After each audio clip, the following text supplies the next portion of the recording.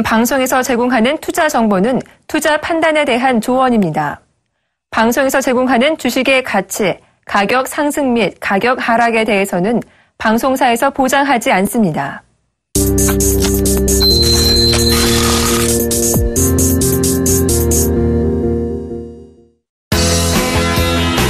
여러분 안녕하십니까. 대박플러스 시즌3. 제가 원래 금요일날 출연을 해야 되는데요. 오늘 부득이하게 김영구 멘토가 개인적인 사정이 있어서 제가 목요일날 진행을 하고요. 그리고 김영구 멘토가 내일 금요일장 한 주의 마무리를 아마 해드릴 겁니다. 이 점 양해의 말씀을 좀 드려보도록 하겠습니다. 이제 몇 시간 안 남았습니다. 그토록 고대하던 어떻게 될지는 모르겠습니다만 내일 새벽 3시 정도면 이제 미국의 금리가 인상이 되느냐 동결이 되느냐 이 부분들이 이제 결정이 됩니다. 어찌 됐던 간에 시장에 있어서의 반응은 분명히 나올 겁니다. 그게 위로 갈지 아래로 갈지 이 부분들은 좀 모르겠습니다만 사실 본질적인 이 부분들을 좀 말씀을 드려야 될 것 같습니다. 그래서 오늘은 좀 더 이 긍정적인 그런 말씀을 좀 드려보도록 할 테니까요. 끝까지 참여를 해주시기 바랍니다.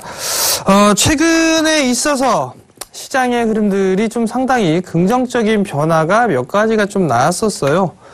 첫 번째는 외국인 쪽의 기환. 외국인이 이제 이 거래를 연속적으로 좀 매수해주는 그런 모습들이 나타났었죠. 그리고 어느 정도 이제 바닥을 찍고 난 이후에 상승의 연속성이 좀 나타나고 있다라는 점. 이 부분들이 가장 좀 긍정적인 그런 요인이 되지 않을까라고 좀 보여지고요.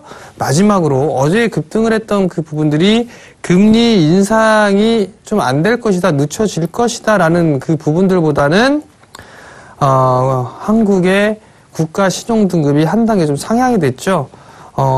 그 부분들이 참 좋은데 그것보다 더 기분이 좋은 건 저기 바다 건너 있는 일단 높은 신용 등급을 갖고 있다라는 거. 그게 상당히 좀 좋은 그런 뉴스거리가 아닌가라고 저는 개인적으로 생각을 합니다. 어찌 되었던 간에 오늘 시장도 일단 한번 체크를 해봐야 될 것 같아요. 여전히 매도세가 항상 많이 나왔었어요. 그죠? 거래소 시장 같은 경우를 보게 되면 외국인 쪽에서의 주구장창 매도를 해주는 그런 모습들이 나타났어요. 역대적으로 몇 번째 이 한 손가락에 꼽힐 정도의 매도 물량이 좀 나왔다가 어제와 오늘 각각 2천억대와 1,000억대의 매수 우위를 좀 기록을 해줬어요. 반대로 기관 같은 경우는 마찬가지로 매수를 해주는 그런 모습들이 나타났었죠. 외국인 쪽에서 계속 매도가 나왔을 때 기관 쪽에서 어느 정도 받쳐주는 그런 모습들을 보였었고 특히나 연기금 쪽에서의 적극적인 매수에 힘입어 어느 정도 일정한 수준의 반등이 좀 나와주는 그런 모습을 좀 보여주고 있습니다. 반대로 개인들 같은 경우는 3거래일째 매도를 해주고 있는 그런 모습들이 나타나고 있거든요.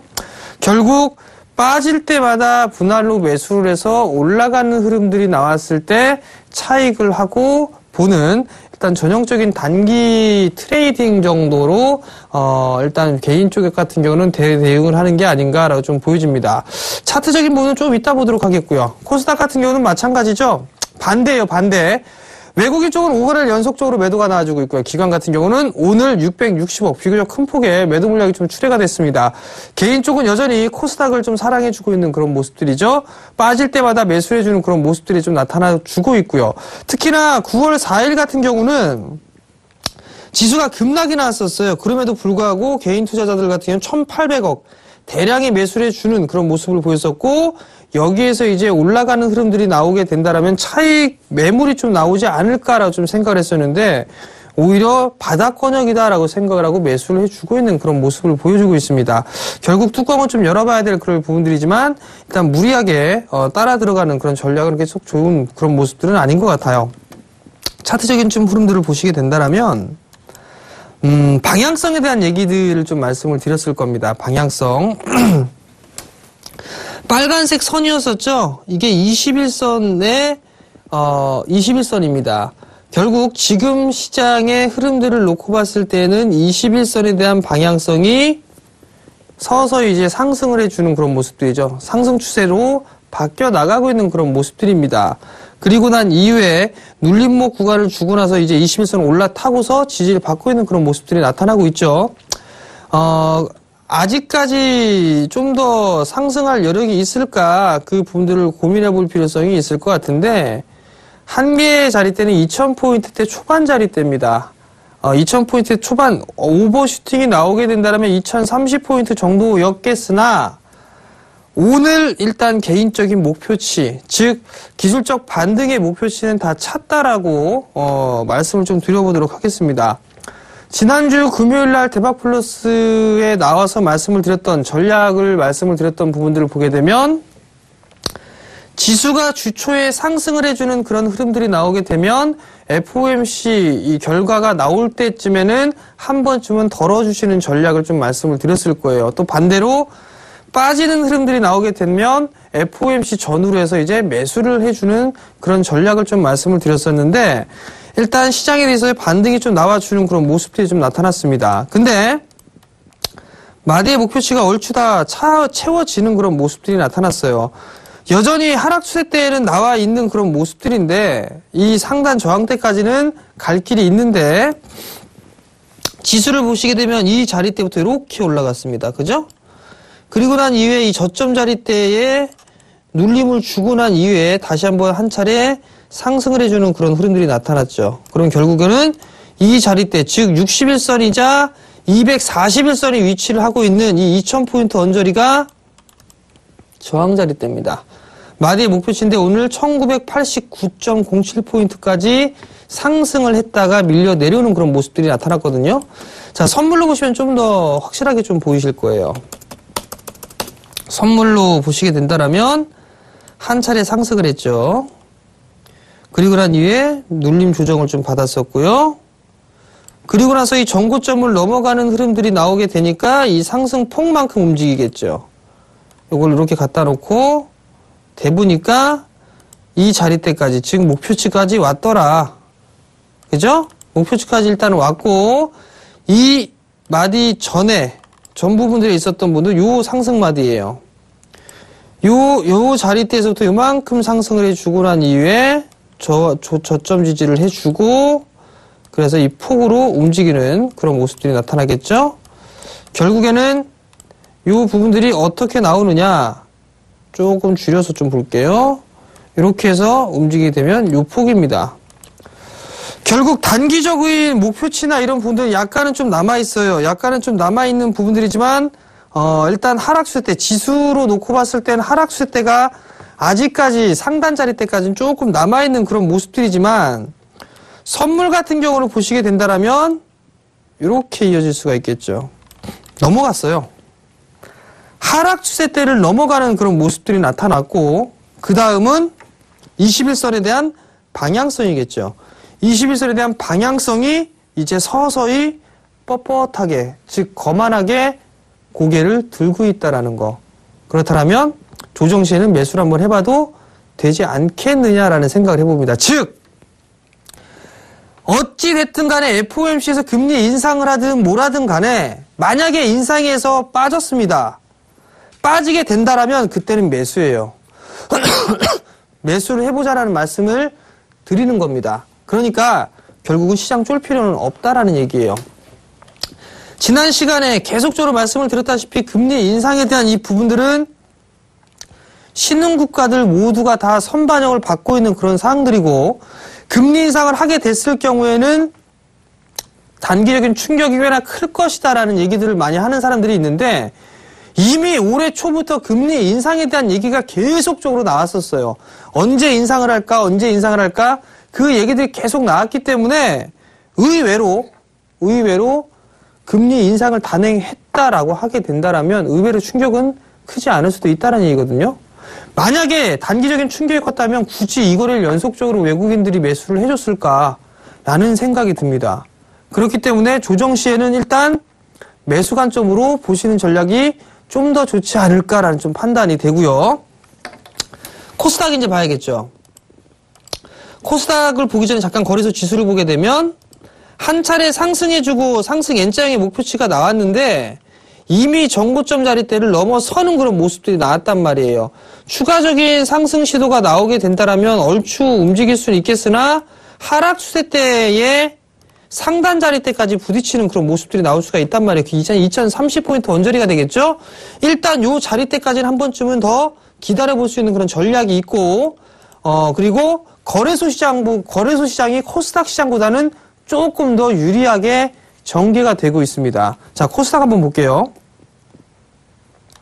코스닥 시장을 좀 보시게 되면, 자, 코스닥 같은 경우는 하락 수세대를 넘어가지는 일단 못했죠. 두 번째는 21선에 대한 방향성이 이제 들어눕고 상승으로 전환할까 말까를 고민하고 있어요. 근데 거래소 같은 경우는 상승 N자형으로 넘어가는 그런 모습들을 보였습니다만 코스닥 같은 경우는 이 고점 자리대를 아직 못 넘어갔습니다.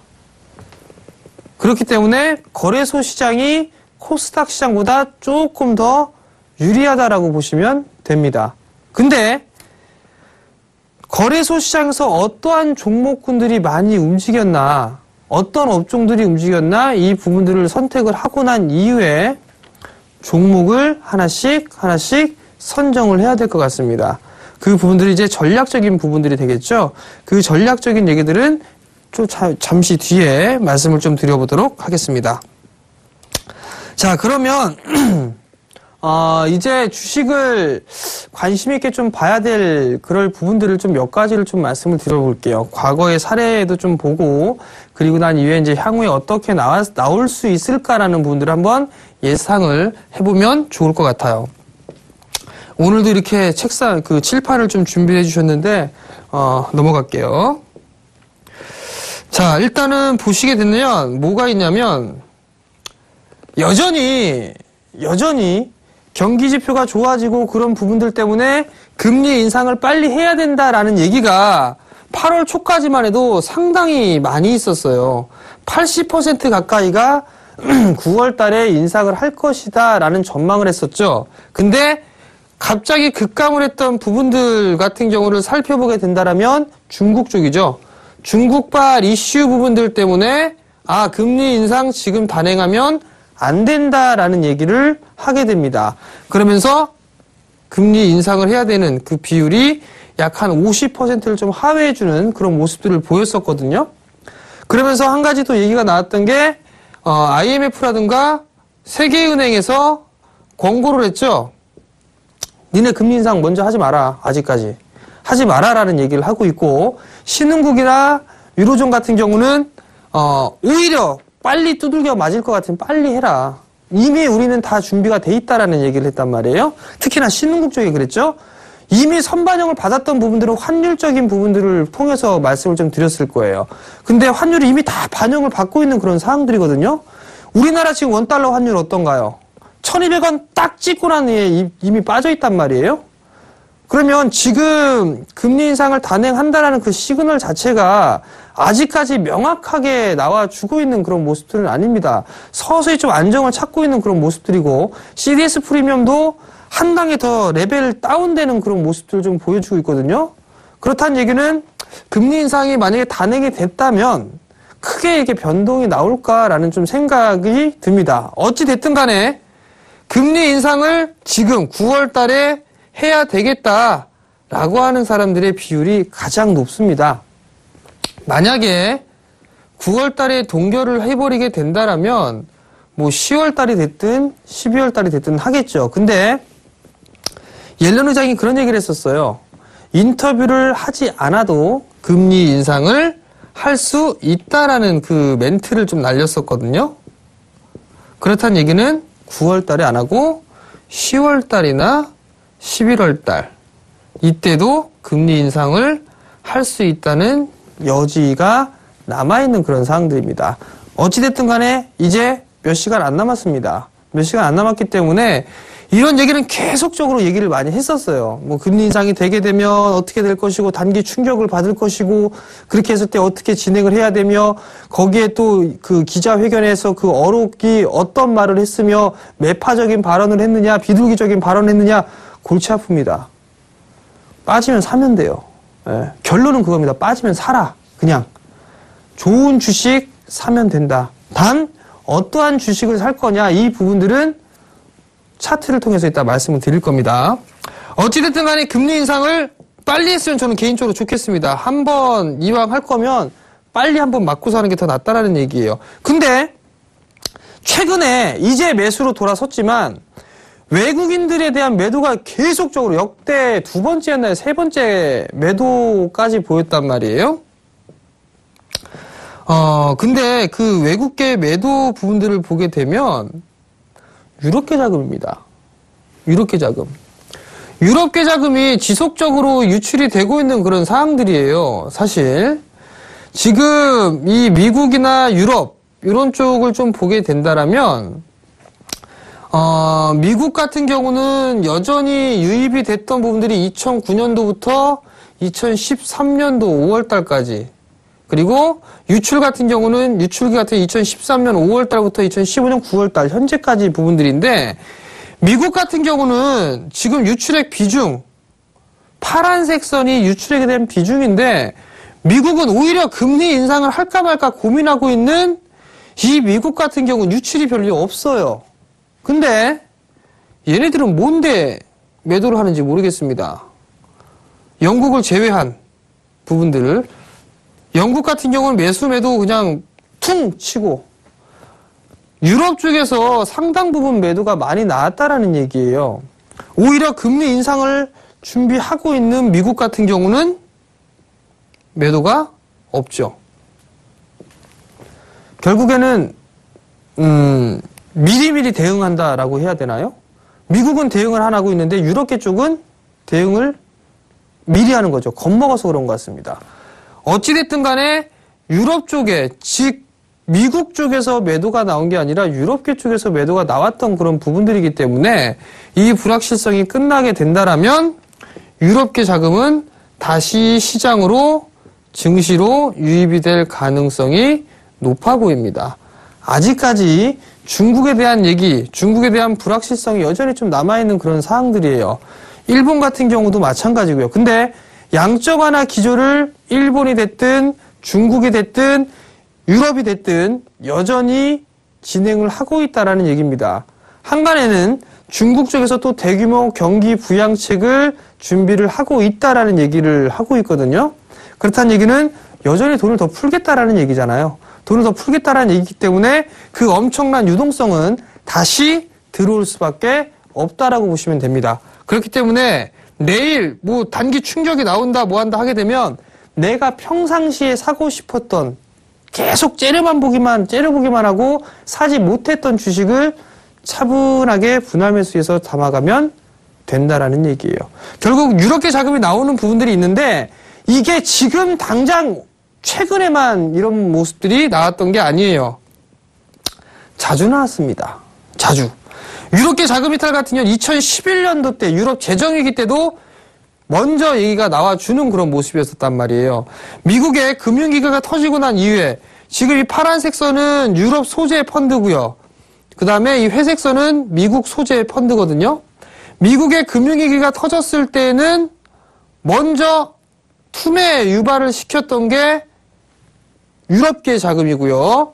유럽의 재정위기가 터졌을 때에도 마찬가지로 매도를 쳤던 거는 유럽계입니다. 그리고 테이퍼링이 마무리가 되고 출구 전략을 시사했을 때에도 나왔던 부분들도 유럽계예요. 그리고 난 이후에 2014년 말에서 2015년 넘어와서 언제 금리 인상을 단행할까 계속 그 얘기들이 나왔었죠. 그러다 보니까 유럽계는 살짝 사주는 척 하다가 쫄아서 또 매도 칩니다. 즉 미국 금리 인상의 우려감이다. 뭐 이런저런 얘기를 하면서 현금을 만들고 있다는 얘기죠. 이거 팔면은 뭐 살까요? 채권 살까요? 아니면 금 살까요? 원유 살까요? 원자재 살까요? 뭐 살까요? 저는 글쎄요. 부동산을 살래나요? 글쎄요. 그 엄청난 유동성을 갖다가 그만큼의 고수익을 낼 수 있을까? 그런 생각을 해봤을 때는 다시 들어올 수밖에 없습니다. 물론 미국이 금리 인상을 하면서 원화 가치에 대한 원화 약세 기조가 유지가 되면 환차 손이라는 게 있었단 말이에요. 그죠? 환차 손 부분들을 생각을 한다라면 어느 정도 이해가 되는 그런 모습인데 원달러 환율이 급등을 하지는 않았어요. 오히려 안정을 찾고 있는 그런 상황이고 오히려 더 워낙 강세 쪽으로 기울고 있는 그런 모습들이란 말이에요. 그러면 환차손에 대한 부분들은 생각을 하진 않아도 될 거란 말이죠.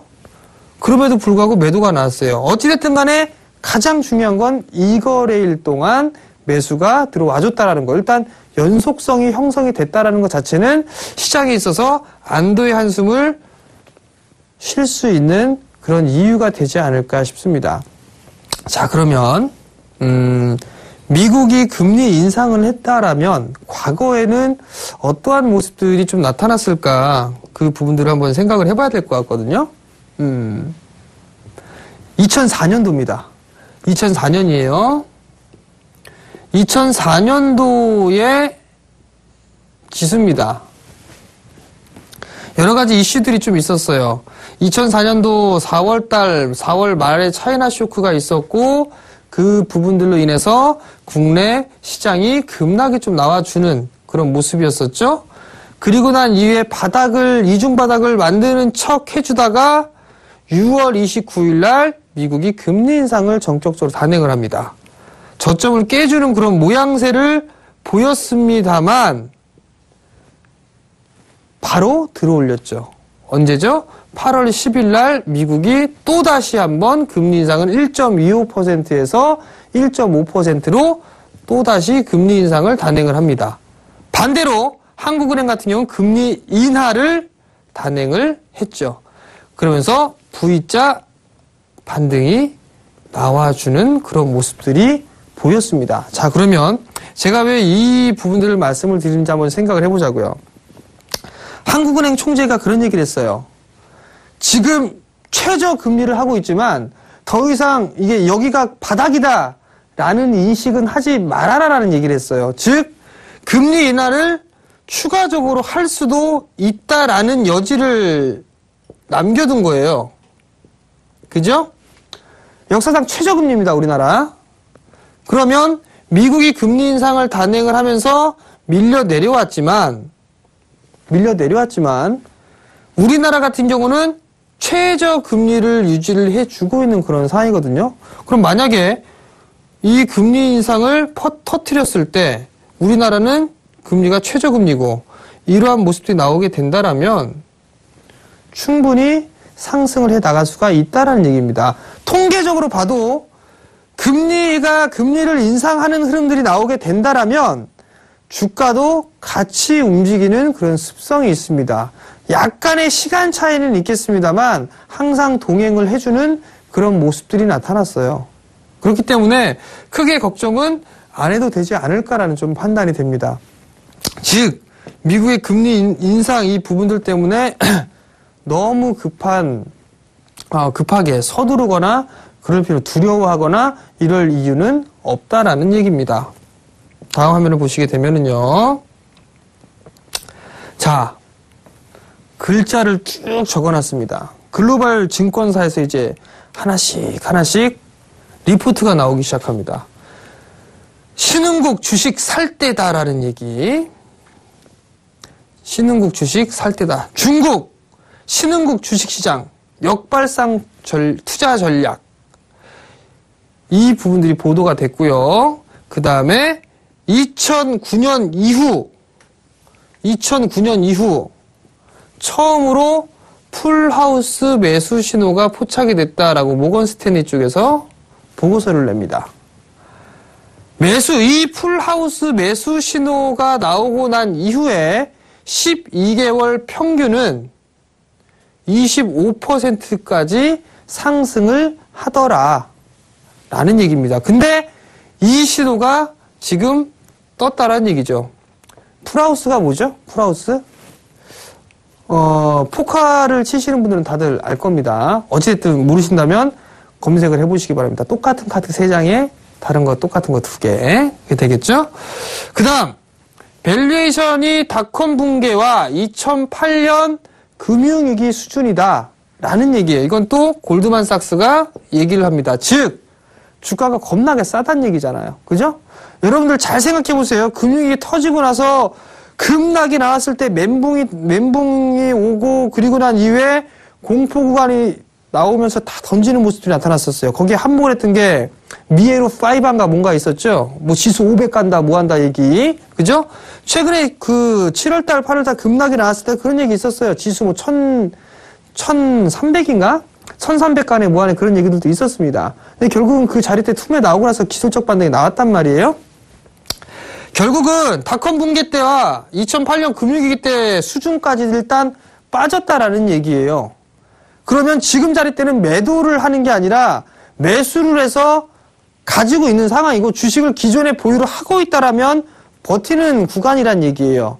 현금을 가지고 있는 사람은 조금씩 분할로 사야 된다라는 얘기입니다. 즉 적금 들 돈으로 차라리 주식을 조금씩 사는 게 훨씬 더 기대의 수익률은 높을 거다라는 얘기예요. 과거에 지나간 흐름들이 나왔으니까요. 잠깐 차트 보자고요. 자, 거래소 쪽을 한번 보자고요. 자, 금융위기 때 자체적으로만 보게 되면 요때잖아요, 요때. 그죠? 요때 이렇게 보면 참 모르겠는데 더 길게 봐야 돼요, 이거. 엄청나게 상승을 해주고 난 이후에 3, 4년의 모습을 보이고 난 다음에 죽어 내렸단 말이에요. 그죠? 죽어 내려왔는데 이 부분들 좀 확대를 해서 보게 된다라면 이 자리대에서 890대가 890포인트까지 꺼지고 1000포인트가 깨지고 난 이후에 500포인트 간다 뭐 이런 얘기 되게 많이 했었잖아요. 다들 기억들을 하실 거예요. 그리고 난 이후에 대체적으로 여기에서는 이 구간에서는 매도를 안 했어요. 개인 투자자분들이 버텼어요. 대부분 매도 쳤던 게 이 구간입니다. 이 구간 때 매도를 좀 많이 했었거든요. 지금은 주가로만 따져보게 되면 이 자리대까지 빠졌다라는 얘기예요. 이 자리대까지. 근데 대세 상승기가 거쳤었던 2003년, 2004년도 때 이 대세 상승기를 큰 폭의 성장을 했기 때문에 이 큰 상승에 대한 조정이었었단 말이에요. 그죠? 근데 지금 구간을 보게 되면 또다시 이 큰 부분들이 있어서 횡보란 말이에요. 횡보. 즉 박스죠. 비추세 구간. 엘리어트 파동이 대충 그런 게 있습니다. 2파 조정은 2파와 4파 조정이 있는데 2파 조정 때에는 가격 조정이 나온다면 4파 조정기에는 기간 조정이 나온다는 얘기가 있어요.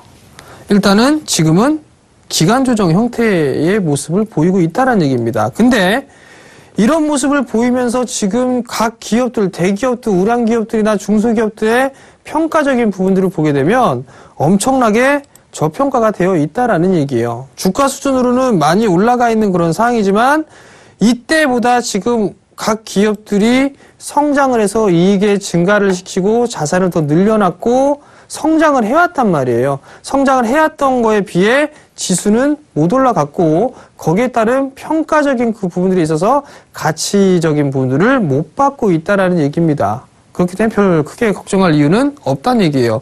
결국에는 사야 된다는 얘기예요. 그냥 이렇게 요 얘기입니다. 자, 그 다음 MSCI 신흥시장 지수 PBR 기준으로 1.28대로 금융위기 때보다 더 떨어져 있다라는 얘기고 공포로 말미암은 틈에는 언제나 좋은 기회가 됐다는 얘기죠. 이건 뭐 증시 격언입니다.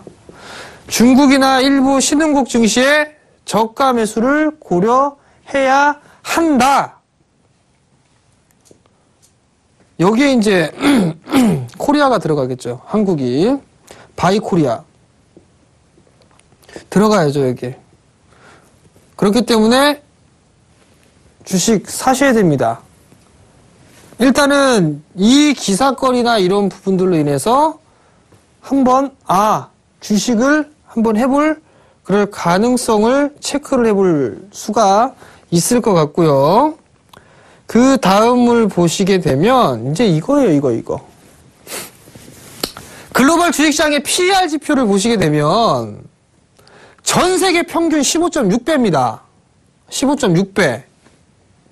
이머징 국가가 11.1배, 11배가 조금 넘어요. 11배 수준이에요. 신흥국이. 근데 우리나라하고 중국은 9.4배, 9.7배입니다. 중국은 조금 떨어졌겠죠. 많이 올랐다가 떨어진 거예요. 버블이 꺼지면서. 우리나라 같은 경우 많이 올랐다가 빠졌으면은 말도 안 하겠는데 이 수준에서 계속 머물고 있단 말이에요. 신용 등급 상향이 됐는데도 불구하고 일본보다 더 높은, 안 살 이유가 없죠. 평균보다 일단 떨어져요. 평균보다. 주가 수익률을 보면. 그러면 한국 시장 싸다란 얘기겠죠. 그죠? 그 다음 글로벌 PBR 지표, 자산가치라고 좀 보죠. 청산가치라고 보면 된단 말이에요. PBR 지표가 신흥국이 1.16배입니다. 이머징이 1.16배예요. 근데 우리나라 0.83배입니다. 0.83배. 우리나라가 저평가 받아야 될 이유가 있을까요? 물론 중국하고 일본하고 이렇게 샌드위치 꼴에 끼어 있는 그런 부분들이 있지만 여전히 경상수지 흑자 기조를 이어가고 있습니다. 돈 잘 벌고 있다라는 얘기예요. 일본보다 신용등급도 더 높아요. 그죠? 못 올라갈 이유가 없습니다.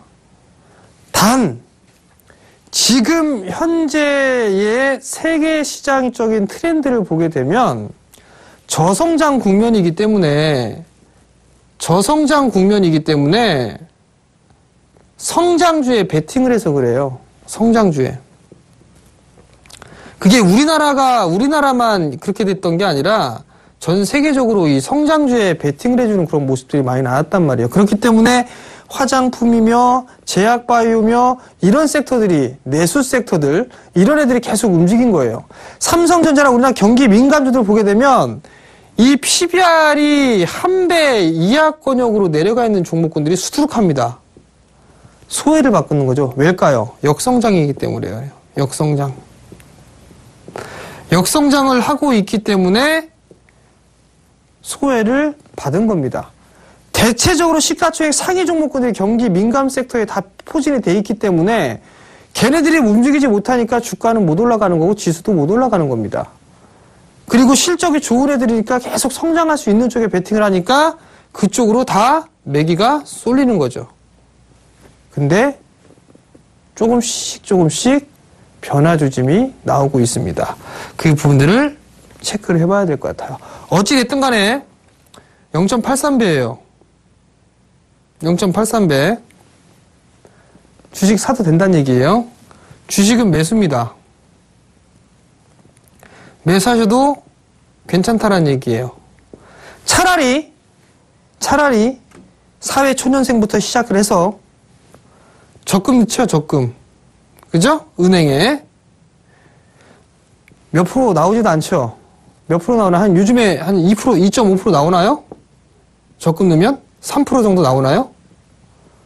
1년짜리 1년 만기 적금을 넣고 1년짜리 펀드를 한다면 1년짜리 펀드를 한다면 분명히 압도적으로 이게 높을 겁니다. 그러니까 사회 초년생 분들이나 재테크에 관심이 있으신 분들은 적금하지 마시고 펀드에 돈을 집어넣으시기 바랍니다.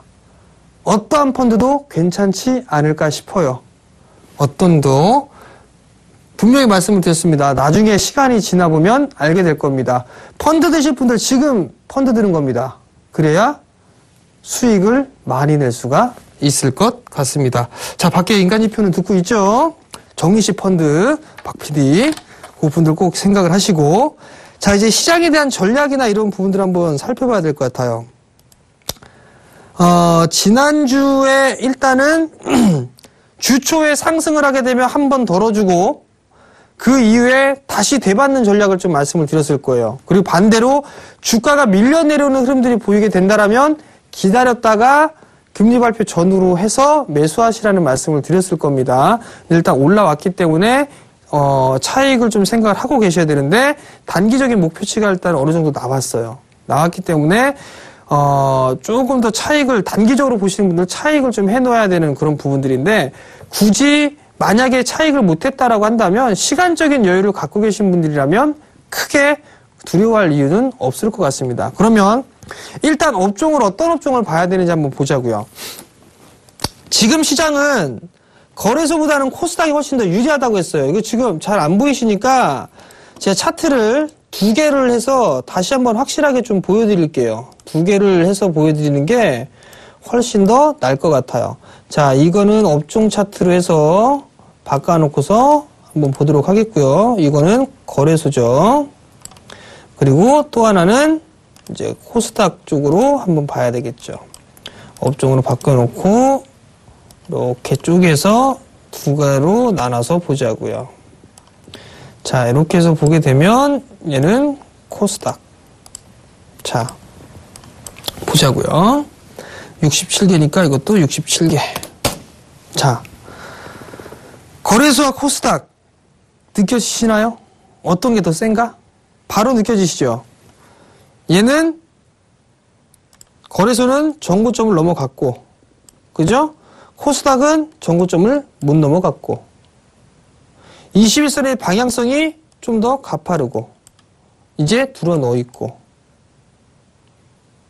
그죠? 일단은 단기적으로 봤을 때는 거래소가 좀 더 유리합니다. 목표치는 어떻게 됐죠?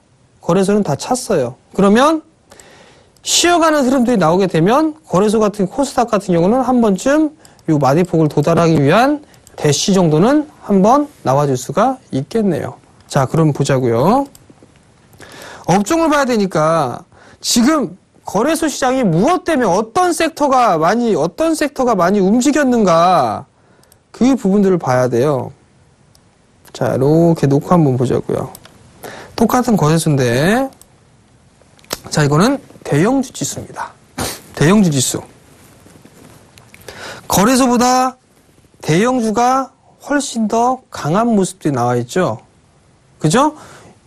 거래소 같은 경우는 61선에 대한 저항을 받을 똥 말똥하고 있는데 대형주는 61선 안착 시도가 나와주고 있네요. 일단은 마디에 대한 목표치가 나와줬으니 조정을 이용을 해서 매수 포인트를 잡아볼 수가 있겠네요. 대형주. 그죠? 그 다음 중형주. 약해요. 전고점 못 넘어갔죠? 전고점 못 넘어갔습니다. 소형주. 전고점 간당간당해요. 중형주보다는 소형주가 조금 더 낫네요. 어찌됐든 간 대형주가 최고고 일단. 업종으로 보게 되면 즉 시총 규모로 보게 되면 대형주, 소형주, 중형주 순으로 일단 보셔야 된다는 얘기겠죠? 그 다음 이제 업종으로 한번 봅시다. 음식료 쪽은 아직 아니네요. 조금 약하네요. 그죠? 섬유의복 21선 지지가 됐는데 전고점 못 넘어갔어요. 대량 거래 터졌네요. 오늘 이건 좀 체크를 한번 해봐야 될 것 같네요. 아직까지는 약해요. 종이복제 강하네요. 전고점 넘어가고 거래소 시장하고 얼추 비슷하죠. 일단은 봐도 괜찮겠네요. 화학도 전고점 넘어갔는데 저항대에 부딪혔죠. 일단은 요 자리대를 지지를 해주는지 여부를 체크를 해봐야겠네요. 4,840.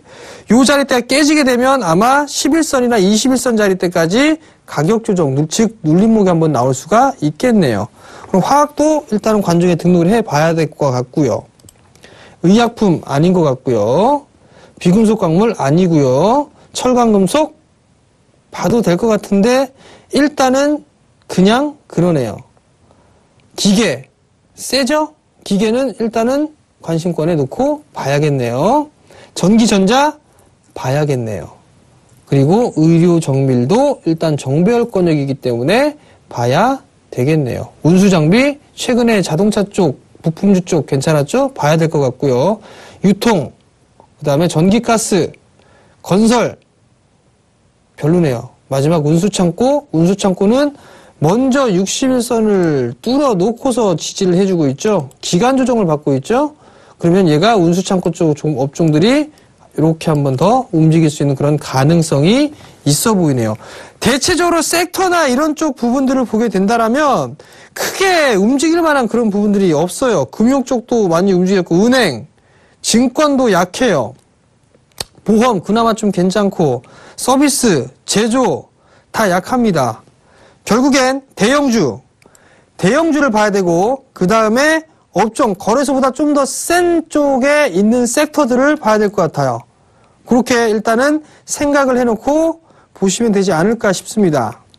그리고 난 이후에 이제 종목군들로 넘어가서 시장에 대한 변화가 생기고 있는 게 업종 대표주들을 좀 많이 사주고 있어요. 지금 시장 자체가 업종 대표주들을 좀 많이 사고 있는데 한번 보자고요. 삼성전자가 21선 이제 하고 있죠. 지난주에 그 말씀도 드렸을 거예요. 종목 선정을 했을 때 21선 위에서 놀고 있는 애들 보시라고. 위에서. 그죠? 위에서 놀고 있는 애들 보시라고 말씀을 드렸을 거예요. 삼성전자 21선 위에서 놀고 있죠. 현대차. 21선 위에서 놀고 있죠. 기아차 마찬가지고. 그죠? 21선 위에서 얘는 추세선까지 돌았어요. 수급선까지 돌았습니다. 그러면 얘도 조금 더 상승 여력은 있을 것 같으나 정고점에 대한 부담 요인으로 좀 작용하겠죠. 그죠? 요거. 그러면 쉬어가는 모습들이 나올 수가 있어 보이네요. 롯데케미칼. 괜찮네요. 그죠? 그 다음에 또 뭐가 있을까요? 포스코.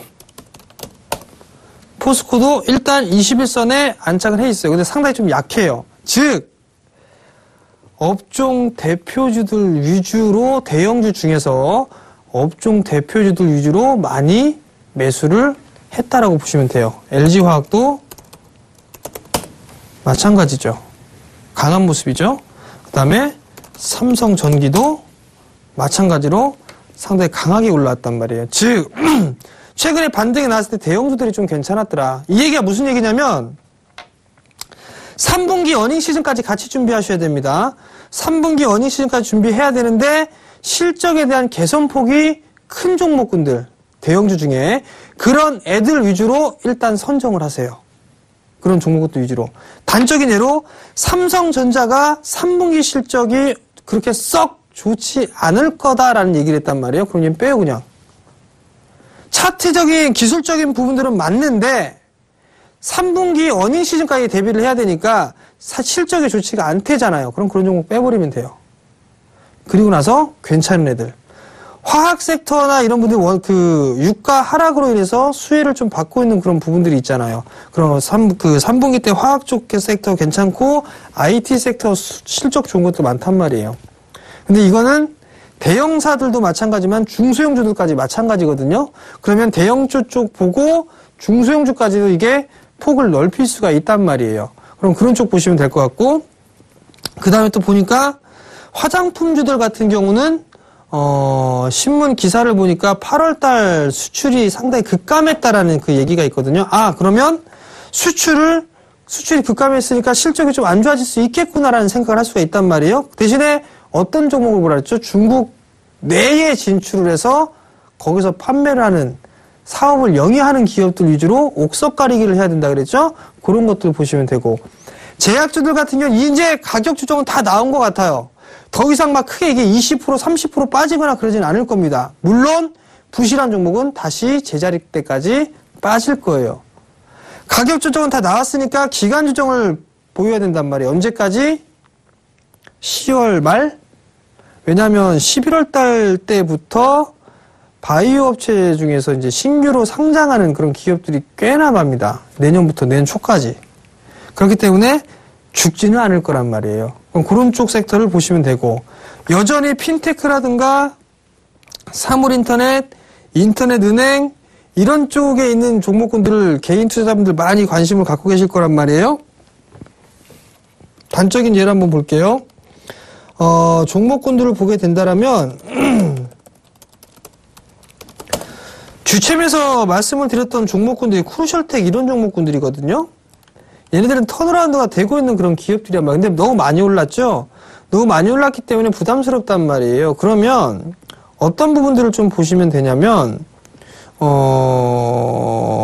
이런 거 같은 경우도 괜찮지 않을까 싶어요. 많이 올랐다 빠져내려왔는데 이 자리대를 지지를 해주고 있는 그런 모습이잖아요. I 컴포넌트 같은 경우는 실적을 보니까 이 실적이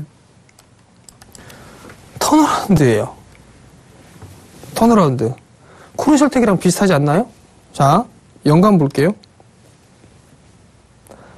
2012년도 영업이익 49억, 11년도 20억 이후에 3년 내리적자. 2010년도 당기순이익 32억 흑자, 11년 2억 흑자, 나머지 3년 내리 연속 적자. 근데 올해 턴어라운드. 그러나 이 친구는 그 부분들에 있어서 실적이 좋을 것이다라는 기대감을 갖고 움직였죠. 그러니 하나, 둘, 셋, 넷, 5개로 빠졌단 말이에요. 적어도 이 하락의 절반 되돌림 자리대는 올 수가 있을 것이고, 크게 본다라면 이 하락에 의한 절반 되돌림 자리대까지도 노려볼 수 있다라는 얘기입니다. 즉 실적이 나오니까 IT라고 해서 무조건적으로 안 간다라고 생각하지는 마시기 바랍니다. 실적이 돌아서는 종목군들이 의외로 많이 있어요. 의외로 많이 있는데 가급적이면 사상 최고의 실적이 나와 줄 수 있는 그런 종목군들 위주로 좀 보시면 돼요. 아이컴포넌트처럼 이 주가에 대해서 반영을 안 받은 상태에서 밀려 내렸다면 오히려 그런 종목이 아이컴포넌트보다는 더 좋을 수가 있을 거예요.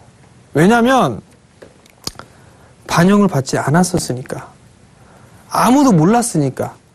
그런데 실적이 좋다라는 얘기를 하니까 바로 움직이는 그런 모습들이 나올 수가 있단 말이에요. 화학주들 다 좋지 않다라는 얘기들 많이 했단 말이에요. 송원산업 같은 경우 사상 최고 실적 올해 기대한답니다. 3분기 때. 그러면 지금 정고점권역에 있는 그런 상황이지만 조정을 받는다라면 매수를 안 할 이유가 없어요. 이렇게 진행이 되는데 이 자리대까지 깊숙하게 뭐 10,000원대 중반 한 1,600원, 1,700원 이 자리대까지 빠져주게 된다라면 충분히 매수를 고려해봐도 될 만한 주식이에요. 왜?